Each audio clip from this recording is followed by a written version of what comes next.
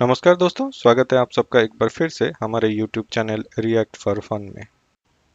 आज का जो वीडियो है वो काफी इंटरेस्टिंग है क्योंकि एक पाकिस्तानी बंदा पाकिस्तान में खड़ा होकर उसका हिस्ट्री जो तो ये बंदे को हैट्स ऑफ है क्योंकि वो पाकिस्तान में खड़े होकर ये सारी चीजें बोल रहा है।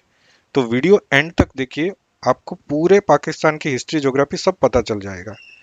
बिना टाइम वेस्ट के वीडियो स्टार्ट करता हूँ, लेकिन वीडियो स्टार्ट करने से पहले एक रिक्वेस्ट है कि चैनल को सब्सक्राइब कर दे, वीडियो को लाइक और शेयर करें और अपने ओपिनियंस और सजेशंस हमें कमेंट सेक्शन में शेयर भी करें। तो वीडियो स्टार्ट करते हैं।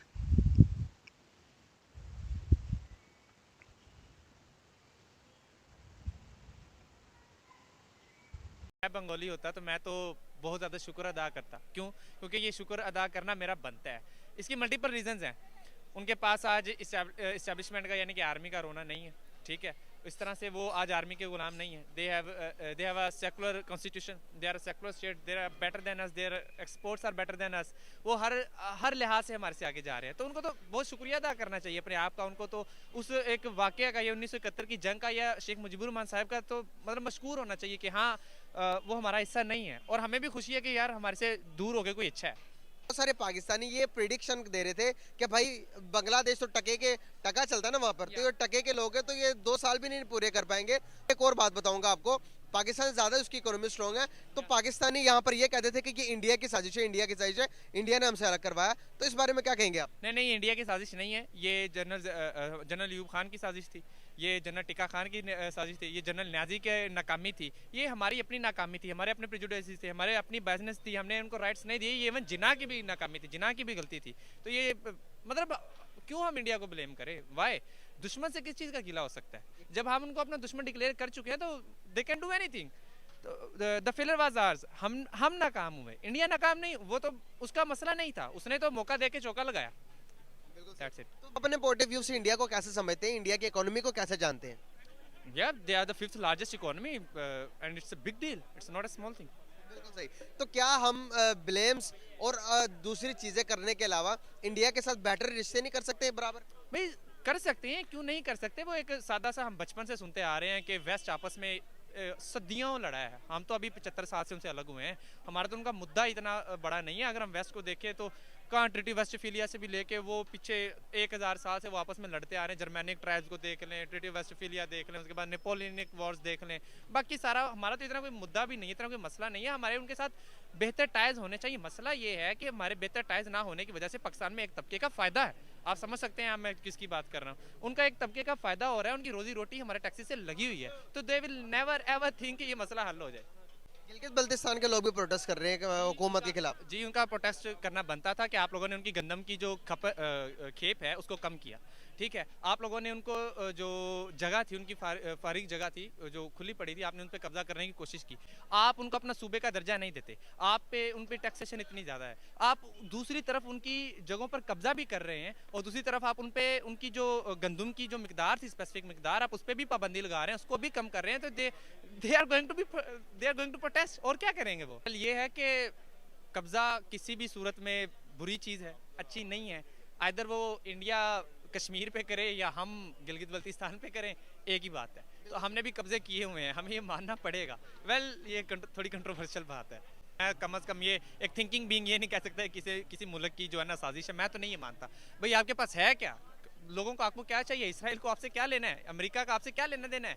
उसने डॉलर दिए, आपने उनके लिए जंगें लड़ दी, हमने उनको लिए जाने भी दे दी, अपने अड्डे भी दे दिए, सब कुछ दे दिया। उनके पास डॉलर है, वो हमें फिर से खरीद लेंगे। हम तो बल्कि वेट करना चाहिए, पाकिस्तानियों को दुआ करनी चाहिए कि एक आधा 9/11 हो जाए और हमें फिर से डॉलर्स मिल जाए।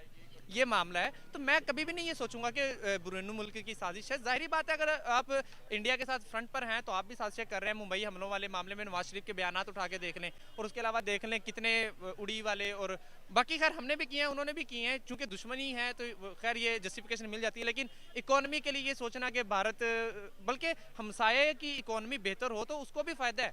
हमारे उनके साथ टर्म्स अच्छे हैं, हमारी इकोनॉमी अच्छी है, तो इंडिया का भी उसको फ़ायदा है। तो वो क्यों चाहेंगे कि हमारी इकोनॉमी ख़राब हो?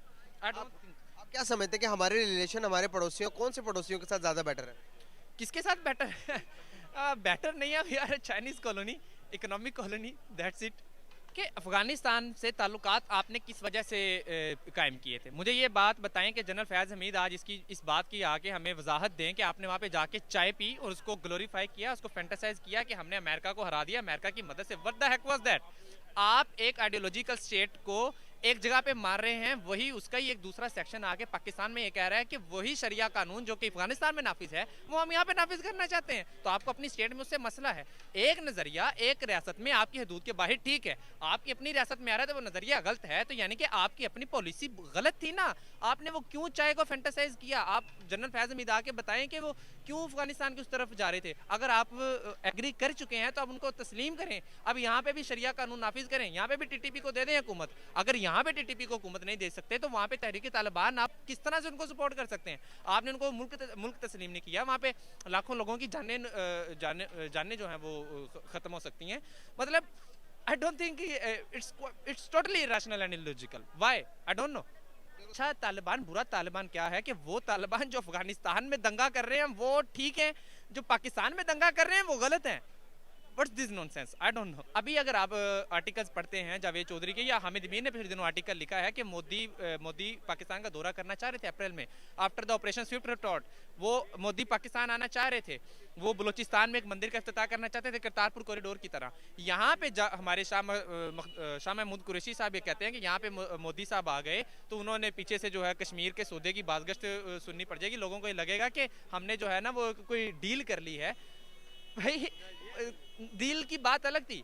आपको एक दफ़ा से उनके डील नहीं की, सब जानते हैं। अगर कोई डील होती भी तो वो अवाम में बड़ी जल्दी मकबूल हो जाती। ठीक है, अगर मोदी साहब आ रहे थे पीस मिशन कीपिंग के लिए आ रहे थे, और इवन बाजवा साहब की नाराजगी ये थी इमरान खान साहब से कि आपने उनको नहीं आने दिया, ये मसला था। यानी कि वो चाह रहे हैं, मोदी साहब अपने जलसों में कह रहे हैं कि मैं किससे मुज़ाकरात करूं? आपकी ब्यूरोक्रेसी से करूं, आपकी जुडिशरी से करूं, आपकी आर्मी से करूं, आपकी गवर्नमेंट से करूं? आपकी तो गवर्नमेंट के पल्ले कुछ नहीं है, क्यों मुज़ाकरात करूं मैं?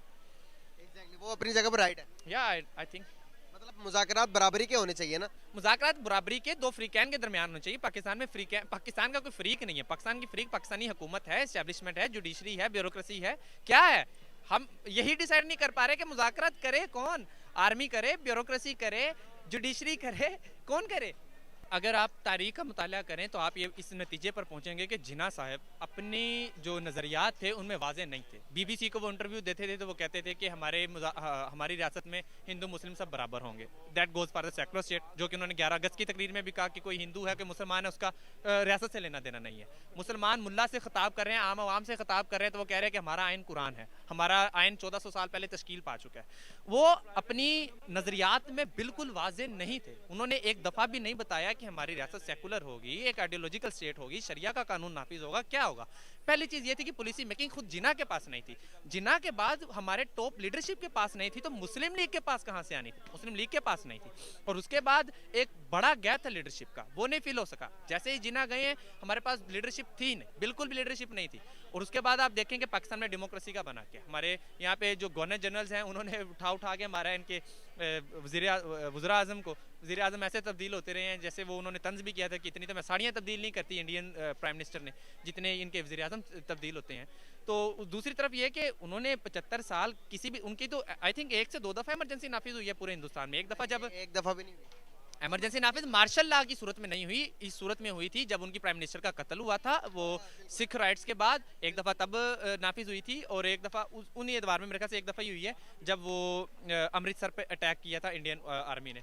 1-2 दफ़ा उनके पास, आई एम नॉट कन्फर्म्ड तो, लेकिन ये मामला मुझे कंफर्म पता है कि 1-2 दफ़ा ज़रूर हुई है।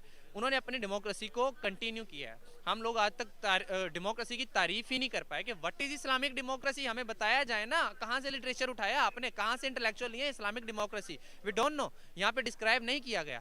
इस्लामिक सिस्टम होना एक अलग चीज़ है जो कि एक अलग डिबेट है कि other Islam is a system और नॉट। और मैं पहले बात कर रहा हूँ कि डेमोक्रेसी होनी चाहिए या फिर इस्लामी लॉ होना चाहिए, दोनों में से कोई एक सिलेक्ट करे, क्या होना चाहिए? Secular democracy. या तो फिर हम ला क्यों नहीं रहे? बिकॉज हमें जो है वो एक तरह से अफ्यून का नशा दे दिया गया है कि जो आपका जो निज़ाम है, इस्लामी निज़ाम है, ये इस तरह से है, ये उस तरह से है, और जो है ना ये एक जन्नत का वाहिद रास्ता है। 1400 साल पहले का निज़ाम है, 1400 साल का पहला निज़ाम ऐसा नहीं था। आपने उसकी मिस इंटरप्रिटेशन की है, और फिर पब्लिक लेवल पे, अवामी सतह पे आप बिल्कुल भी नहीं समझा पाए हैं कि what are we meant by the Islamic democracy. वैसे तो जदीद दौर के अंदर ये तो सऊदियों को भी सोचना चाहिए, अरब स्प्रिंग आखिर एक चीज़ का नाम था, उन लोगों को भी उठना चाहिए कि ये कौन बादशाह लोग मुसल्लत हैं। सऊदी अरब एक ख़ानदान के नाम पे, एक शख्स के नाम पे एक आपने मुल्क बना दिया, वो एक ख़ानदान एक पूरे मुल्क को चला रहा है। This is stupid, we are living in 21st century.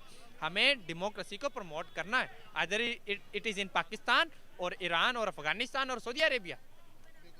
We need to come back to democracy.